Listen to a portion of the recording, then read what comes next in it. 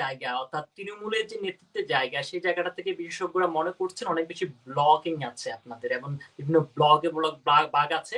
আর বিশেষ করে ব্লগের কার কোন জনপ্রিয়তা এবং সেটা মাপার জন্য যে নির্বাচন সেই নির্বাচন তো আপনারা ছিলেন না দীর্ঘ 15 বছরে আপনাদের এই নেতৃত্ব যাচাই করার জায়গাটা হয়ে ওঠেনি, যার কারণে তৃণমূলে যে ব্লকিং যে সেপারেশন যে রাজনীতির যে প্রেক্ষাপট বা দলীয় বিশেষ করে বিভিন্ন বিভিন্ন ব্লগের যে প্রেক্ষাপট সেই প্রেক্ষাপটটাকে নিয়ন্ত্রণ করা যাচ্ছে না উপরের নেতৃত্বের দ্বারা এবং সেই জায়গাটা আসলে কি সব জায়গায় ফাংশন করতেছে কিন্তু নেতৃত্বের জায়গা ব্লকিং গুলোকে কন্ট্রোল করার জায়গাটা আপনাদের ফাংশন করছে না, এরকম কোনো কিছু আছে কিনা যেটা বিশ্বব্যাপী সংখ্যা প্রকাশ করছে?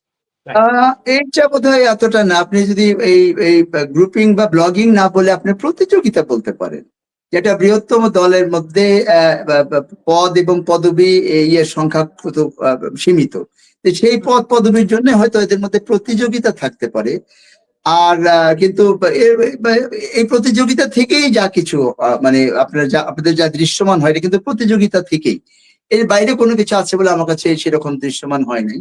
তারপরেও আমি বলবো যে এই প্রতিযোগিতা করতে যে যদি কেউ কোনো অবৈধ অন্যায় এবং বেআইনি কাজ করে সেটা আমি আপনাকে ক্লিয়ারই বলি, খুন খারাপি মারামারি এই সমস্ত কাজ যদি করে, এটার জন্য তো আমাদের রাষ্ট্র রয়েছে, রাষ্ট্র দেখবে সে মানে ক্রাইম ক্রিমিনাল অফেন্স, সেই অফেন্স দেখার জন্য তো আমাদের রাষ্ট্রীয় মেশিনারি গুলো রয়েছে, তারা ফাংশন নিতে পারে। আপনারা কি আজ পর্যন্ত কেউ বলতে পারবেন যে বিএনপির, এখন তো আমি মনে করি 70+ % মানুষ এখন বিএনপি কে সমর্থন করে বা বিএনপির সাথে সম্পৃক্ত, অথবা বিএনপির কোনো না কোনো দলে পদে থাকতে পারে আর কি, কারণ আমাদের অনেকগুলো অঙ্গ সংগঠন আছে এই মূল দলের পাশাপাশি।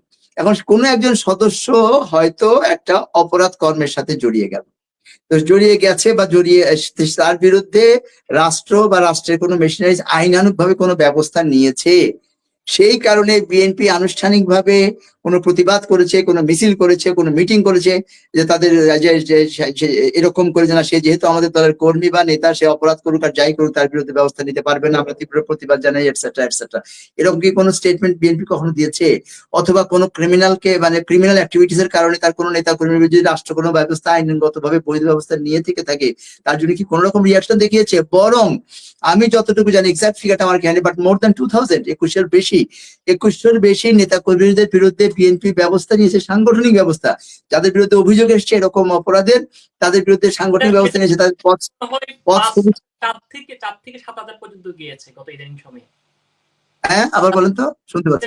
সেটা 4,000 থেকে প্রায় 7,000 এর মতো। এই তো আমি তো সেটা বলছি যে আমি মোর দেন না, আমি তো কমই বললাম। তাহলে 4 থেকে 7,000 নেতা কর্মী আপনি বলছেন, আপনি যেহেতু সাংবাদিক আপনার এক্সাক্ট ফিগারটা আছে, থ্যাংক ইউ ভেরি মাচ। আপনার এই 4 থেকে 7,000-এর বিরুদ্ধে তো নেতা কর্মীর বিরুদ্ধে তো দল সাংগঠনিক ব্যবস্থা নিয়েছে, এবং সাংগঠনিক ব্যবস্থা হলো হয় বহিষ্কার করেছে, অথবা পদ স্থগিত করেছে, অথবা তাদেরকে তাদের মানে দলীয় কর্মকাণ্ড থেকে বাড়িত করেছে।